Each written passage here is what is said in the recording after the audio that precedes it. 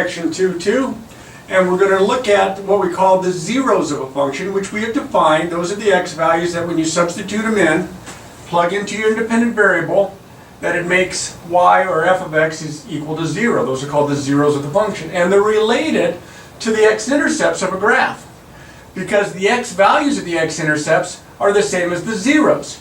In fact, if we were to take this example of this function, set this equal to 0 and solve the equation, the roots of the equation would be the same as the zeros of the function. And that's what it's asking us to do here. It's asking us to find the zeros of the function defined by f of x equal 4x to the third minus 4x to the second minus 25x plus 25.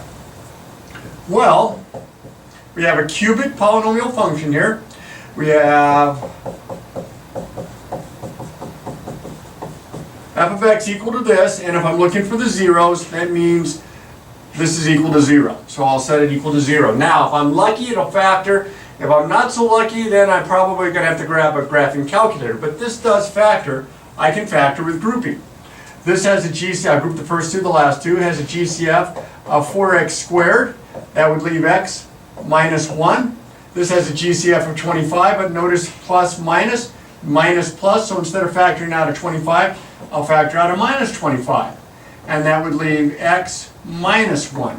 And you can see that factoring by grouping is going to work because these two binomials are exactly the same. I factor that out. Leaves 4x squared minus 25 is equal to 0. And I'm very fortunate that this binomial factors as a difference of squares. And I have this thing all factored out. There are three factors. That makes sense. These are all linear factors, and it's cubic. So that would make sense. There would be three linear factors. I said x minus 1 equal to 0. I said 2x minus 5 equal to 0. I said 2x plus 5 is equal to 0. This is if I add 1 to both sides, I get x is 1. If I add 5 and divide by 2, I get x is positive 5 halves. If I subtract 5 and divide by 2, I get x is negative 5 halves. So I have three zeros, and I have a cubic function, which means that in this case I have three x-intercepts. My x-intercepts are at 1, 0, 5 halves 0, and negative 5 halves 0. All right, now I'm going to make an adjustment to this problem, and I'm going to find the zeros of the function defined here. Now it's another cubic, so I should have three. Notice here that each one of these values came up only one time. But in this case, if I said x to the third plus 10x to the second plus 25x equal to 0, I can factor out an x, GCF, leaves x squared plus 10x plus 25, and then this factors, this is a perfect square trinomial, this is x plus 5, quantity squared equals 0. So in this problem, I have only two distinct zeros, because I'm going to set x equal to 0, and I'm going to set x plus 5 equal to 0. It doesn't make sense to set x plus 5 equal to 0 twice, and if I subtract 5 here, I get x equals negative 5. Now you can see here that we have only the one factor of x that gives me the 0 here, so that's one of my zeros. This is my second 0 here, but I have two factors of that. So what we sometimes will say is that this one has multiplicity 1, because there's only one of them, but this guy has multiplicity 2, and there are two of them. Now what I ended up doing over here on the board is I graphed this guy, or I sketched this guy I should say. It's not a perfect graph by any means. And notice that, again, the zeros of my function match up with the x-intercepts, the values of the x-intercepts of my graph. Here at negative 5, and here at 0. Notice at negative 5 how my graph behaves next to this x-intercept. Whereas at 0, it behaves in a different manner. You can see the vocabulary that I'm using here. My graph is crossing at this x-intercept, or a cross point, whereas in this case, it doesn't cross, it just touches it, and it kind of goes back, kind of in the direction it came from. Here it goes on through, but here it kind of turns around as I'm going from left to right.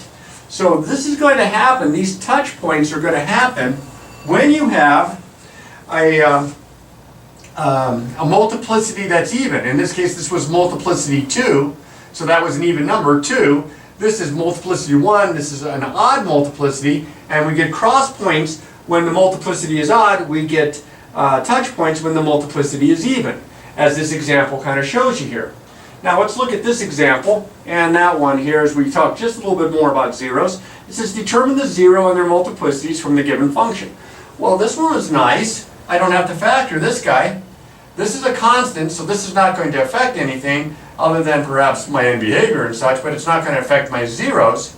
So I would set x plus 3 equal to 0, and I would set 5x minus 1 equal to 0. I don't have to set 5x minus 1 equal to 0 5 times. There are 5 factors of that. I just need one factor of it set equal to 0. Subtract 3, I get x equals negative 3. Here I would add 1, divide by 5, and I have two zeros here, two distinct zeros at negative 3 and at 1/5. This is only one factor of it, so this is multiplicity 1. This has 5 factors of it, so this is multiplicity 5. And they use that terminology because in the old days we used to say when we had two of the same ones it was a double or a triple for 3, and then it started getting a little awkward when you had the quadruple and quintuple. So they use multiplicities now to indicate the repetition, in this case of the zeros. One more to go here. This one is not factored, but that's okay. With only 2 terms, looks like I have a GCF. This one isn't going to be that challenging.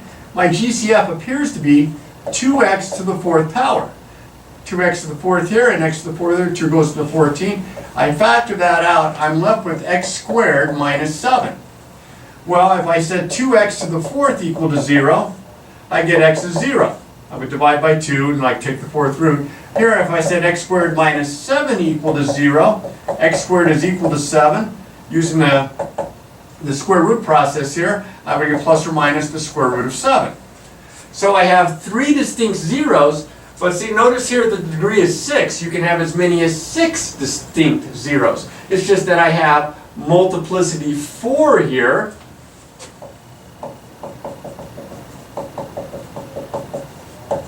Here, each one of these, the positive square root of 7 and the negative square root of 7 have multiplicity 1. Now that would mean graphically, here with an even, that at 0, 0, I would have a touch point. But at the square root of 7, 0, and negative square root of 7, 0, I would have cross points here. And this is easily shown if you take your graphing calculator and you graph that out.